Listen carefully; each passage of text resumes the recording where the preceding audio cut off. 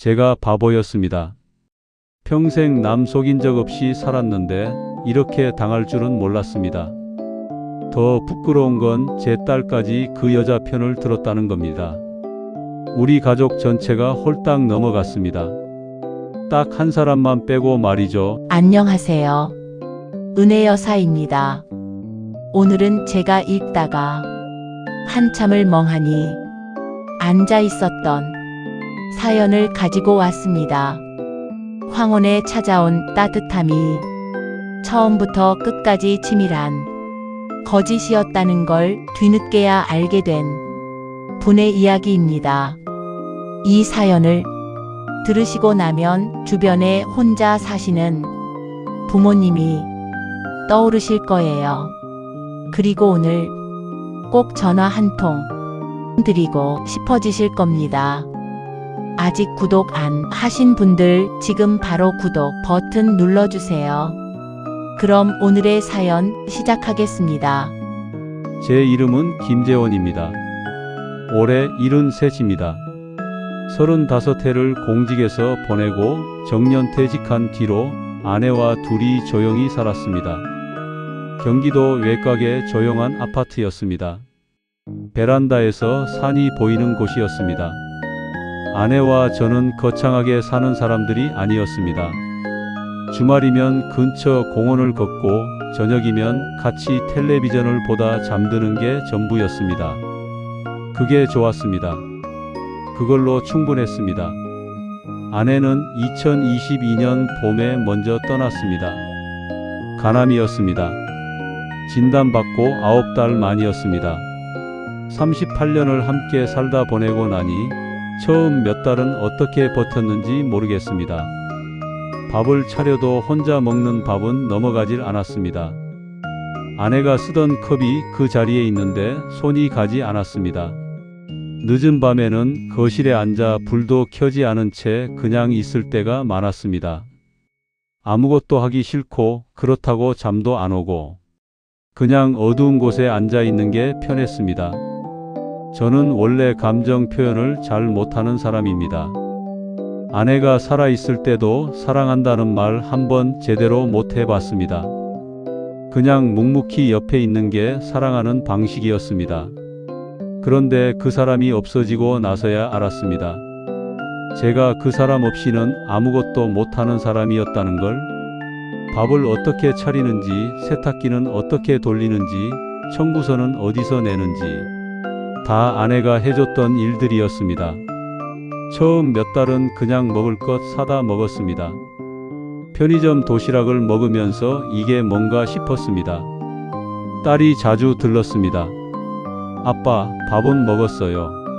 아빠, 어디 아프진 않아요.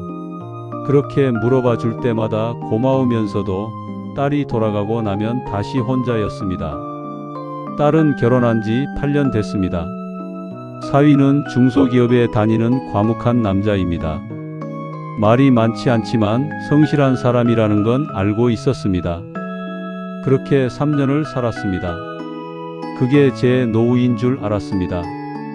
그 여자를 만난 건 작년 봄이었습니다. 동네 문화센터 서예 강좌에 나간 지 얼마 되지 않았을 때였습니다. 딸이 억지로 등록시켜 줬습니다. 아빠, 집에만 있지 말고 사람 좀 만나요. 무조건 나가요. 처음엔 마지못해 나갔습니다. 이 나이에 서예가 무슨 소용인가 싶으면서 그 여자는 거기서 처음 봤습니다. 최윤희라고 했습니다. 66살이었습니다. 단정하게 차려입고 말수가 많지 않았습니다. 먼저 인사를 건네는 타입이 아니었습니다. 그런데 돌아가신 아내랑 어딘가 닮은 구석이 있었습니다. 눈매가 그랬습니다. 말할 때 살짝 고개를 기울이는 습관이 그랬습니다. 목소리 톤이 그랬습니다. 그게 마음에 걸렸습니다. 이상하게 자꾸 눈이 갔습니다. 문화센터 서예 강좌는 처음에 딱 2명이 수강했습니다. 저랑 그 여자랑. 나중에 3명이 더 왔지만 처음 한 달은 둘이서만 했습니다. 그러다 보니 자연스럽게 이야기를 나누게 됐습니다. 어디 사냐, 가족은 있냐, 그런 이야기들. 그 여자는 자기 이야기를 많이 하지 않았습니다. 주로 제 이야기를 들어줬습니다. 나중에 생각하면 그게 다 계산이었겠지만 그때는 그냥 좋은 사람 같았습니다. 그 뒤로 강좌가 끝나면 같이 차를 마시는 날이 생겼습니다. 그 사람은 말을 많이 하지 않았지만 들어주는 사람이었습니다. 내가 아내 이야기를 꺼내도 조용히 들었습니다. 맞장구도 없이 그냥 들었습니다. 그런데 그게 편했습니다. 억지로 위로하려는 게 아닌 것 같아서. 어설프게 다 이해한다고 말하는 사람보다 그냥 들어주는 사람이 더 고마울 때가 있습니다. 어느 날 강좌가 끝나고 같이 걸어 나오다 제가 사는 아파트 입구에서 헤어졌습니다. 그 사람이 들어가면서 말했습니다. 다음 주에도 나오실 거죠? 그 한마디가 그렇게 따뜻하게 들릴 줄 몰랐습니다. 다음 주가 기다려졌습니다. 3년 만에 처음으로. 석 달이 지났습니다. 그 사이 같이 밥을 먹는 날도 생겼고 주말에 공원을 걷는 날도 생겼습니다. 그 사람은 요리를 잘했습니다. 어느 날 제 집 근처에서 사서 가져온 반찬이 입에 딱 맞았습니다. 아내가 하던 방식이랑 비슷했습니다. 간이 같았습니다. 된장찌개의 그 칼칼하면서 구수한 맛이. 그날 저는 처음으로 밥을 맛있게 먹었습니다. 3년 만에 딸한테 그 사람 이야기를 조심스럽게 꺼냈습니다. 딸이 한번 만나보겠다고 했습니다. 셋이 함께 밥을 먹었습니다. 우리 딸은 꼼꼼한 아이입니다. 사람 보는 눈이 있다고 생각했습니다. 그 딸이 식사 내내 그 여자와 이야기를 나누고 헤어지면서 제 귀에 대고 속삭였습니다. 아빠, 좋은 분이다. 마음에 들어. 저는 그 말이 그렇게 반가울 수 없었습니다. 딸도 좋다고 하면 진짜 괜찮은 사람이라는 뜻이라고 생각했습니다. 그게 면죄부처럼 느껴졌습니다. 그해 가을 혼인신고를 했습니다. 딸도 함께 주민센터에 갔습니다. 증인으로 서줬습니다. 주민센터를 나오면서 딸이 제 팔짱을 꼈습니다. 아빠, 잘 됐다. 행복하게 살아야 해. 그 여자는 제 아파트로 들어왔습니다. 그날 저녁 직접 차린 밥상을 마주하고 앉았습니다. 김이 모락모락 나는 된장찌개를 보는데 눈물이 날 것 같았습니다.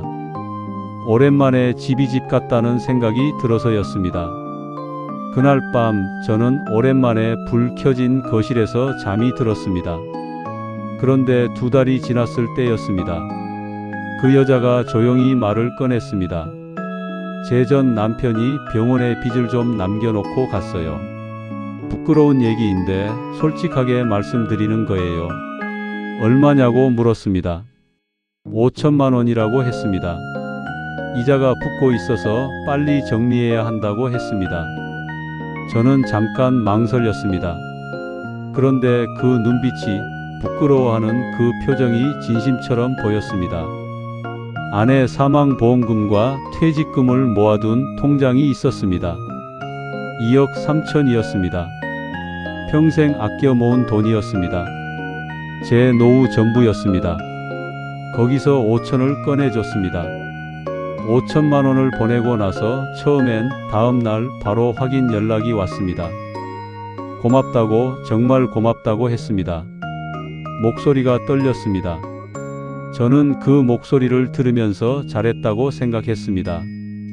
그런데 한 달이 지나도 돈 이야기는 다시 안 나왔습니다. 갚겠다는 말도 없었습니다. 저도 먼저 꺼내지 않았습니다. 부부끼리 그런 이야기를 꺼내는 게 어색했습니다.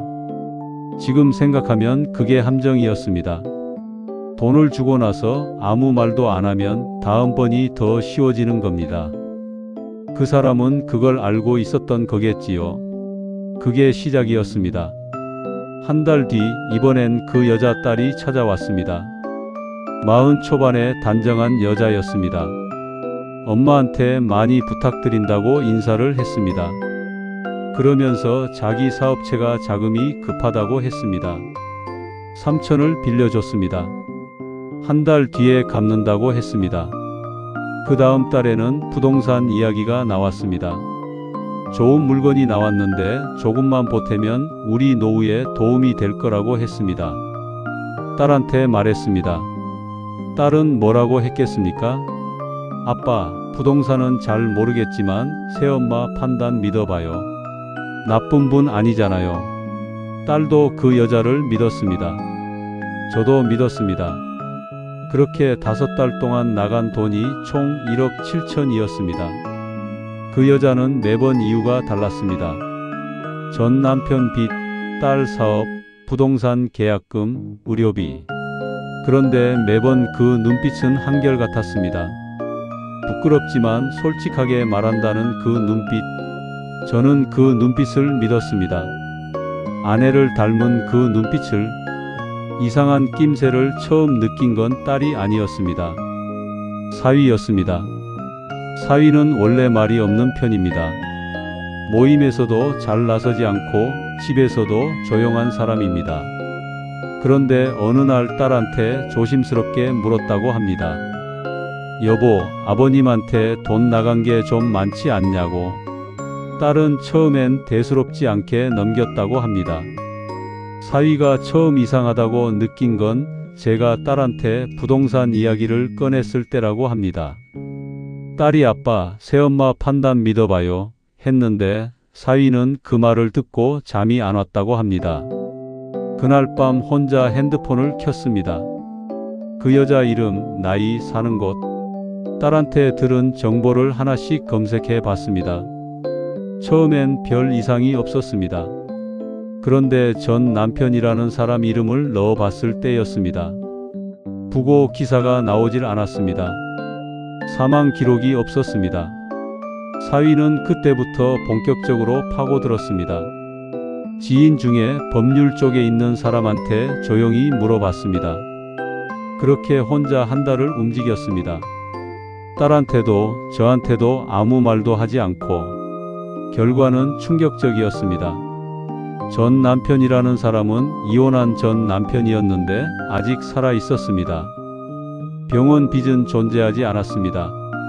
그 여자 딸에게도 전과가 있었습니다. 유사한 수법으로 다른 지역 70대 남성에게도 비슷한 피해가 있었습니다. 사위는 그 자료를 혼자 다 모아두고 어느 날 저녁 딸한테 조용히 보여줬습니다. 딸이 그걸 보는 순간 무릎이 꺾였다고 했습니다. 제가 증인으로 섰어요. 주민센터에서 아빠 옆에서 웃었어요.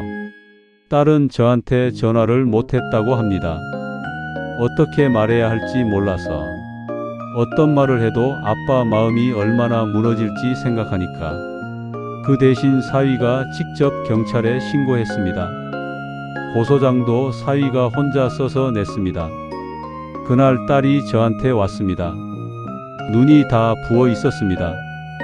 아빠, 미안해. 내가 먼저 알아봤어야 했는데. 저는 딸을 안았습니다. 내가 뭘 잘못했냐? 나도 몰랐는데. 딸이 뭘 알 수 있었겠어. 그 말을 하면서 저도 눈물이 났습니다. 억울해서가 아니었습니다. 딸이 자기 탓을 하는 게 마음이 아파서였습니다. 경찰 수사가 시작됐습니다. 그 여자는 이미 집을 비운 상태였습니다. 사위가 미리 출국금지 신청을 해둔 덕에 공항에서 붙잡혔습니다. 수사 결과 그 여자에게는 동일한 수법의 전과가 2건이었습니다. 70대 호라비를 타깃으로 문화센터나 등산 모임을 통해 접근하고 재혼 후 재산을 빼내는 방식이었습니다. 아내를 닮은 눈매도 조용한 말투도 간이 딱 맞던 그 된장찌개도 전부 계산된 것이었습니다. 저는 그 말을 듣고 한동안 아무 말도 할 수 없었습니다. 그 불 켜진 거실에서 잠들었던 그 밤이 떠올랐습니다. 전부였습니다. 그 사람한테 전부 당했습니다. 소송은 오래 걸렸습니다. 6달이 넘게 걸렸습니다. 그 사이 딸은 많이 야위었습니다. 회사에 다니면서 법원 날짜 챙기고 저 걱정하느라 밤잠을 못 잔 게 얼굴에 다 보였습니다. 사위는 변함이 없었습니다. 법원 가는 날이면 어김없이 제 옆에 있었습니다. 가끔 기다리는 시간이 길 때는 자판기 커피를 2개 뽑아서 하나를 내밀었습니다. 말은 없었습니다. 그냥 커피만 줬습니다. 그게 고마웠습니다. 그 조용한 옆자리가 고마웠습니다. 마음이 따뜻한 사람인지 아닌지는 힘든 자리에서 어떻게 있어주는지 보면 안다고 합니다. 사위는 그런 사람이었습니다. 소송 끝에 1억 2천을 돌려받았습니다. 나머지 5천은 끝내 받지 못했습니다. 재판이 마무리되던 날 저녁 딸이 집에서 삼겹살을 구워줬습니다. 사위가 소주잔을 들었습니다. 아버님 수고하셨습니다. 저는 그 한마디에 눈시울이 붉어졌습니다. 정작 수고한 건 그 사람인데, 옆에서 그 고생을 다 한 사람인데 저한테 수고했다고 했습니다. 저는 소주를 한 모금 마시고 한동안 말을 못했습니다. 법원을 드나드는 동안 저는 여러 번 생각했습니다. 내가 왜 그 사람을 믿었을까? 아내를 닮아서였을 겁니다. 그냥 그것 하나였습니다. 닮았다는 것 하나로 3년 동안 쌓인 경계를 다 허물었습니다. 그 여자는 그걸 알고 접근한 겁니다. 혼자 사는 노인들이 어디에 마음을 여는지, 어디를 건드리면 이성이 흐려지는지, 70년 살아온 제가, 평생 공무원으로 서류 하나 틀리지 않고 살아온 제가, 그 사람한테는 한 번도 의심해 보질 않았습니다. 그게 지금도 부끄럽습니다. 하지만 한편으로는 이렇게도 생각합니다. 그 부끄러움은 내 것이고 그 죄는 그 사람 것이라고. 나는 믿었을 뿐이고 속인 건 그 사람이라고. 지금도 가끔 그 여자 생각이 납니다. 나쁜 감정으로는 아닙니다. 그냥 궁금합니다. 그 눈빛이 전부 연기였다면 그 사람은 무엇으로 사는 걸까? 그 된장찌개를 끓이면서 아무 마음이 없었을까? 그 질문들은 답이 없습니다. 그냥 사라지지 않는 질문들입니다. 지금 저는 다시 혼자 삽니다. 그 여자가 쓰던 컵은 버렸습니다. 아내가 쓰던 컵은 다시 제자리에 뒀습니다. 아침마다 그 컵으로 차를 마십니다. 이상하게 마음이 편합니다. 서예 강좌는 그만두었습니다. 대신 동네 도서관 역사 강좌에 나가고 있습니다. 사위가 같이 가자고 했습니다. 처음엔 사양했습니다. 그랬더니 사위가 말했습니다. 아버님, 저도 배우고 싶어요. 그 말이 진심인지는 모르겠습니다. 아마 저 챙기려고 한 말이겠지요. 그래도 그 마음이 고마웠습니다. 저는 더 이상 재혼을 생각하지 않습니다. 아내 컵 하나면 충분합니다. 그걸로 아침을 시작하면 됩니다. 그게 제 남은 날들입니다. 그래도 이건 압니다. 나를 지켜준 사람이 있었다는 것, 말 없는 그 사람이 아무도 모르게 혼자 움직이고 있었다는 것, 그것만으로도 이 이야기는 충분히 따뜻하게 끝났다고 생각합니다. 내 딸이 좋은 사람을 만난 것, 그것만큼은 그 여자도 세상도 빼앗아 가지 못했습니다. 여러분, 오늘 사연 어떠셨습니까? 저는 이 사연을 읽으면서 사위라는 사람이 내내 마음에 걸렸습니다. 말없이 조용히 혼자 움직였던 그 사람, 아무도 의심하지 않을 때 혼자 자료를 모아두던 그 사람, 정말 너무 고맙고 든든하지 않나요? 혹시 주변에 혼자 사시는 부모님이 계신가요? 오늘 전화 한 통 드려보시는 건 어떨까요? 은혜 여사의 인생 상담소, 아직 구독 안 하신 분들 지금 바로 구독 눌러주세요. 여러분의 구독 하나하나가 이런 소중한 사연을 더 많이 전할 수 있는 힘이 된답니다. 그럼 오늘도 봄볕처럼 따뜻한 하루 보내시고요. 다음 이야기도 기다려주세요. 지금까지 은혜여사였습니다.